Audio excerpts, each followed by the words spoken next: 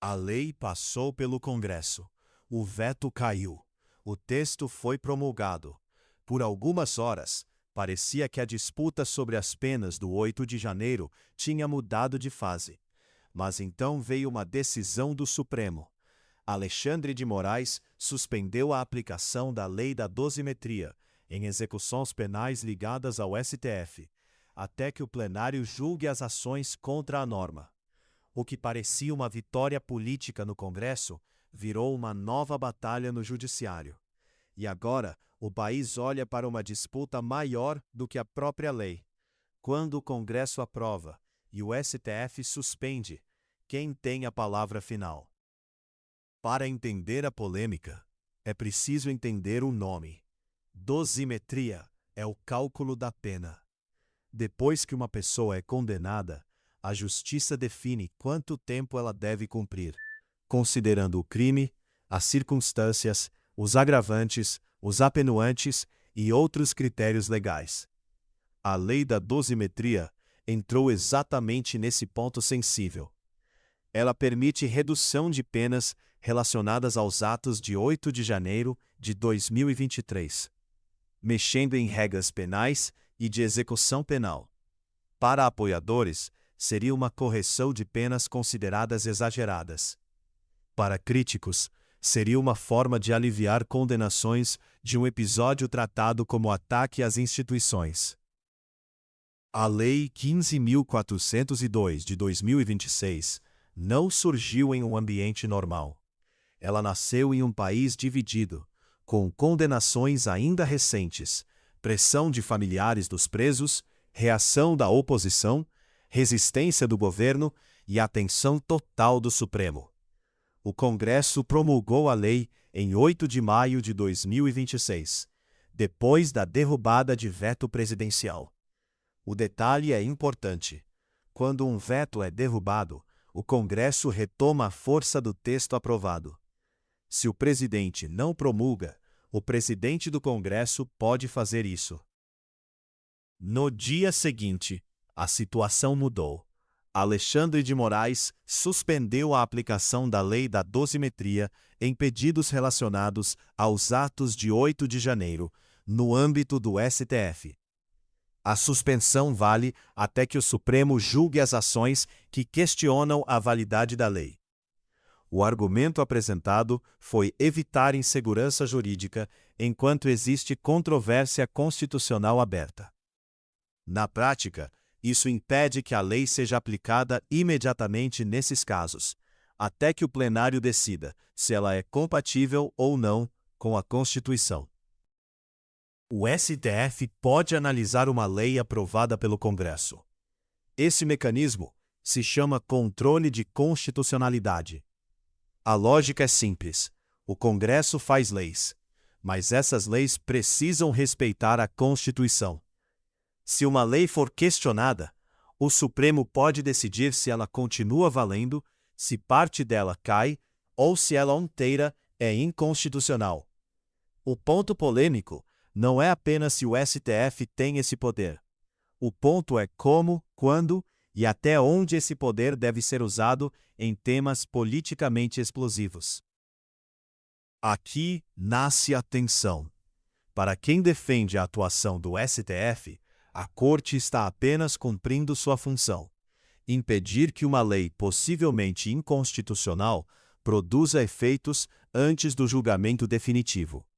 Para quem critica, a decisão parece uma intervenção sobre uma escolha feita pelo Legislativo, especialmente depois de o Congresso derrubar um veto e promulgar a lei. Esse é o núcleo do conflito. Um lado fala em proteção da Constituição. O outro fala em respeito à vontade do Parlamento.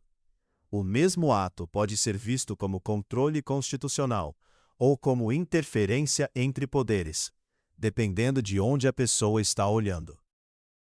A polêmica cresceu porque a lei da dosimetria pode impactar condenados pelo 8 de janeiro e também entrou no debate sobre a situação jurídica de Jair Bolsonaro.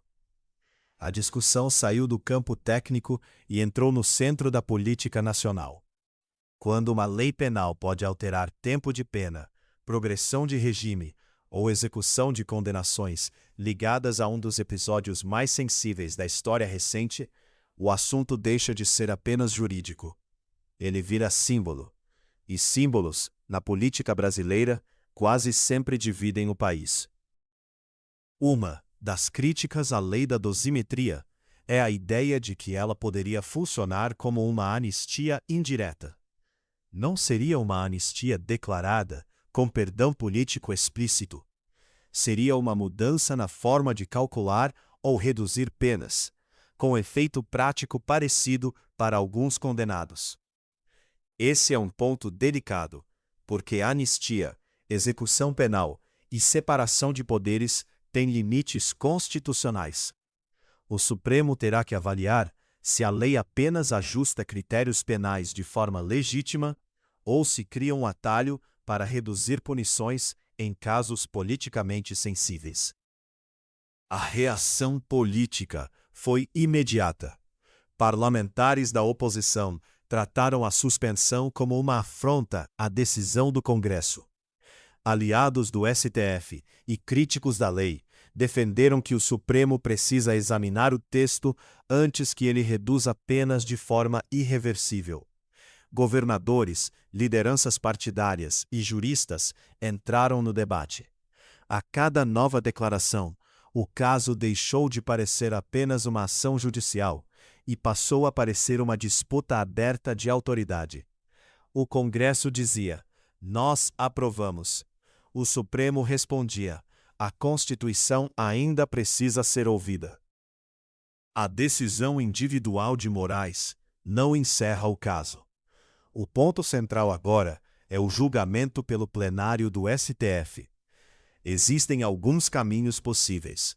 O Supremo pode manter a lei válida, pode derrubar apenas trechos específicos, pode declarar a lei inteira inconstitucional. Também pode modular efeitos, definindo como a decisão se aplica no tempo e em quais casos. Isso importa porque cada cenário muda o destino dos processos e das execuções penais relacionadas aos atos de 8 de janeiro. Se a lei for validada, condenados poderão pedir revisão ou redução de pena dentro dos critérios definidos pelo texto. Isso pode afetar progressão de regime, tempo de cumprimento e situação prisional de várias pessoas. Se a lei for derrubada, as condenações seguem com base nas regras anteriores. Se apenas parte da lei cair, o resultado pode variar caso a caso. Por isso, a disputa é tão sensível. Não se trata apenas de uma tese jurídica. Existem pessoas presas, famílias esperando, políticos pressionando e instituições tentando preservar sua autoridade. O argumento da insegurança jurídica é importante. Imagine que a lei seja aplicada imediatamente e reduza penas. Depois, semanas ou meses mais tarde, o STF decide que ela é inconstitucional. O que acontece com quem já foi beneficiado? Volta para a prisão? Refaz a execução penal? Recalcula tudo? Para evitar esse tipo de caos jurídico, a aplicação foi suspensa até o julgamento definitivo. Esse argumento é técnico, mas a consequência é política, porque enquanto a lei espera, a pressão aumenta. A disputa não é apenas sobre pena, é sobre o equilíbrio entre os poderes. O Congresso representa a maioria política eleita. O STF guarda a Constituição. Quando os dois entram em choque, o sistema é Estado. Se o parlamento aprova uma lei com forte carga política, o Supremo pode revisá-la. Se o Supremo suspende uma lei aprovada pelo Congresso, parlamentares podem acusar a Corte de ultrapassar limites. Essa tensão não é nova, mas ganhou força porque envolve 8 de janeiro, Bolsonaro, oposição, governo e o futuro da relação entre legislativo e judiciário. De um lado, está a tese de que penas precisam ser proporcionais e individualizadas. Do outro, está a preocupação de que uma mudança legislativa enfraqueça a resposta institucional aos ataques de 8 de janeiro. Entre esses dois pontos, existe uma questão jurídica dura. Uma lei nova pode alterar o destino de condenações já fixadas? A resposta passa por retroatividade da lei penal mais benéfica, coisa julgada, execução penal e limites constitucionais. É nesse terreno que o Supremo vai decidir. No desenho constitucional brasileiro, o Congresso cria leis. O presidente sanciona ou veta. O Congresso pode derrubar o veto. E o STF pode revisar a constitucionalidade da lei. Isso não significa que um poder manda sozinho em tudo. Significa que cada poder tem uma função dentro de um sistema de freios e contrapesos. O problema é que quando a disputa envolve um tema explosivo, a engrenagem institucional parece uma briga aberta. A lei existe, a aplicação foi suspensa, o julgamento ainda vem, e o país tenta entender se isso é democracia funcionando ou uma crise entre poderes. O próximo capítulo será o julgamento das ações no Supremo. Até lá, a lei da dosimetria fica no centro da disputa política e jurídica. Quem defende a lei vai pressionar pelo respeito à decisão do Congresso. Quem questiona a lei vai sustentar que o Supremo precisa impedir uma redução indevida de penas. O resultado pode afetar condenados do 8 de janeiro, influenciar o debate eleitoral e redefinir até onde o Congresso pode ir em matérias penais ligadas a crimes contra o Estado Democrático de Direito. No fim, a lei da dosimetria virou mais do que uma lei penal. Virou um teste de força institucional. O Congresso mostrou que consegue derrubar veto e promulgar uma mudança sensível. O STF mostrou que pode suspender a aplicação até examinar a Constituição. Agora, o país espera para saber se a lei será mantida, limitada ou derrubada. O impacto não será apenas jurídico, será político, simbólico e institucional. Porque algumas decisões não mudam apenas processos. Elas mudam a percepção de quem realmente conduz o país nos momentos de maior tensão. Obrigado pela sua atenção até aqui. Espero que este vídeo tenha ajudado você a entender melhor o assunto. Até o próximo vídeo.